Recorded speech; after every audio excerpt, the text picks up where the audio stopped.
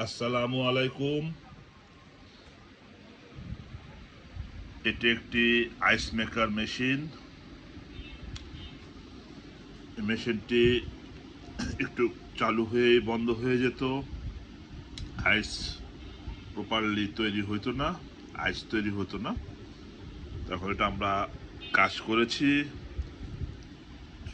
দেখতে পাচ্ছেন। এখন আলহামদুলিল্লাহ আইস তৈরি হয়েছে। এই দেখতে পাচ্ছেন আইস আর আইস, দেখছেন আইসের কত সুন্দর আইস হয়েছে, দেখতে পাচ্ছেন আইস আর আইস আইস।